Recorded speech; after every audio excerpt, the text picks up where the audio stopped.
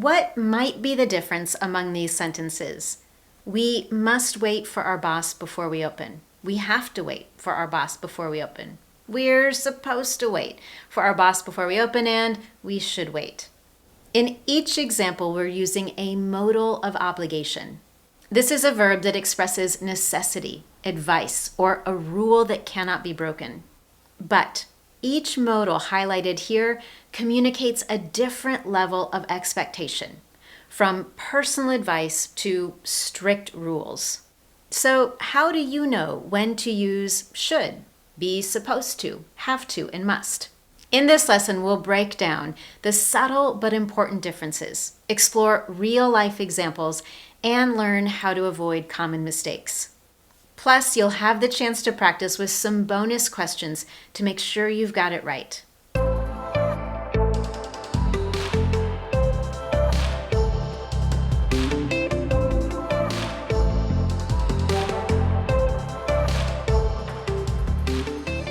However, before we go any further, if this is your first time here, welcome. I'm Anne-Marie, an English confidence and fluency coach. Everything I do is designed to help you get the confidence you want for your life and your work in English. If you'd love to discover more lessons from me and free resources, including my free in-depth fluency training called How to Get the Confidence to Say What You Want in English, you can get all of that at my Speak Confident English website. And now let's get right into the first of our 4 modal verbs of obligation, should. English speakers use this modal for mild obligation or to provide advice. For example, you should start setting aside money for a rainy day fund. That sentence isn't a strict rule that you absolutely have to follow. It is simply some advice that I'm offering to you. Here's another example. You shouldn't smoke so much. It's bad for your health. We often use this negative form, shouldn't, to say that something is either a bad idea or not really socially accepted. With this in mind, let's move on to be supposed to, which is also used for mild obligation. However, the perspective is different. If should is used to suggest what I think is important, my advice for you, to be supposed to is used to suggest what is socially expected. In other words, it's what others think is right, or a large group of people think is right. This structure is very often used to describe social norms, expectations, and unsaid rules. For example, he was supposed to call me. It's an expectation. You're supposed to say, I'm sorry, when you hurt someone's feelings. This is a social norm and an unspoken rule.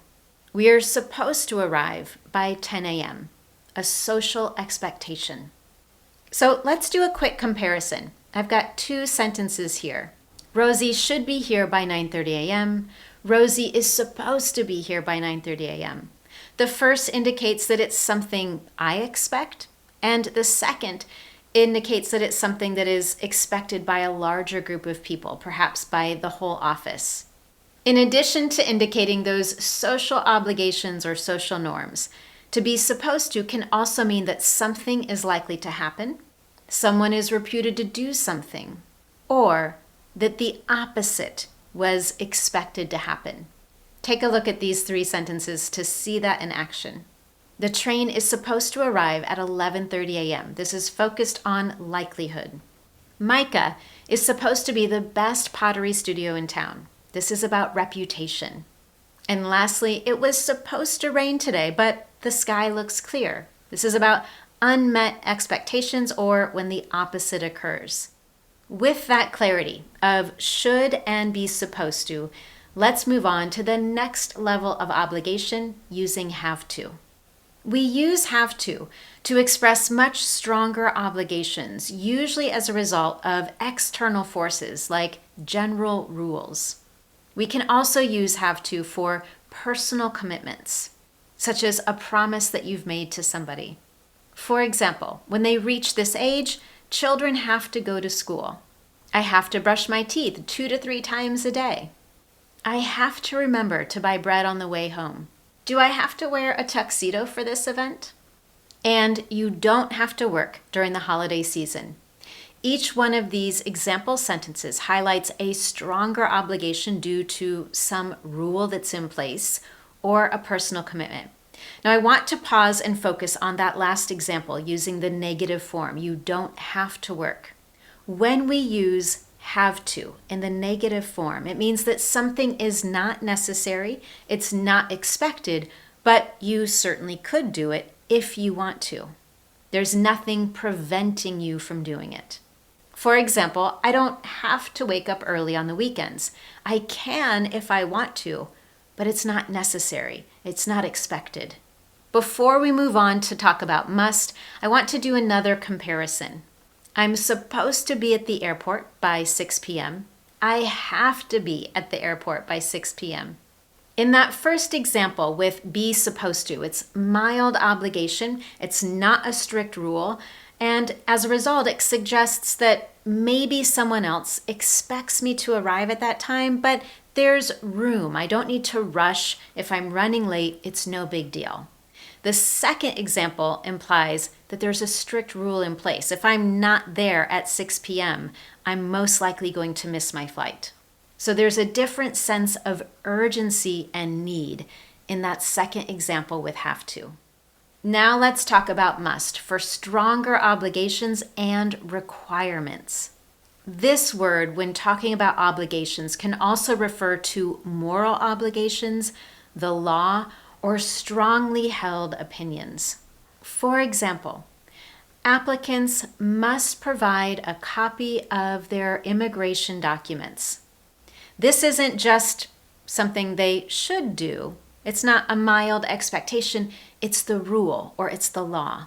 Similarly, you mustn't drive under the influence of alcohol. Once again, this is a law. Let's talk a little bit further about using this in the negative form. When we highlighted using have to in the negative, we said that it was not necessary to do something, but it is okay if you want to. Nothing is prohibiting you. That isn't true with mustn't. When we use it in a negative form, it means that something is prohibited or forbidden.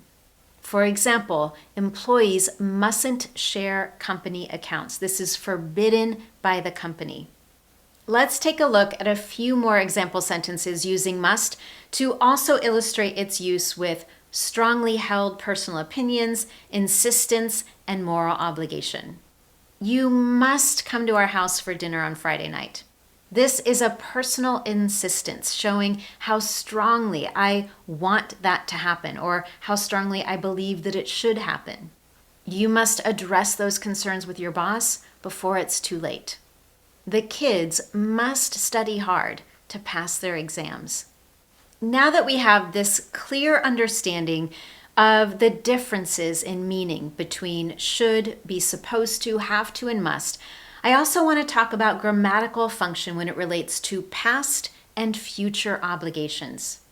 When we talk about strong obligations that we had in the past, we use had to or didn't have to. We cannot use must to talk about those past obligations. For example, when I was young, we had to wear uniforms at school. It's a past obligation, so I'm using had to. It doesn't work to use must in the past. Here's another example. When I applied, I didn't have to submit additional documents. Again, I'm talking about a past obligation, so using that negative form with the past tense. Now, when we shift to future focus, we could use must or will have to. For example, we will have to or we must apply for an e-visa when we buy our plane tickets. Both of those are perfectly correct for a future obligation.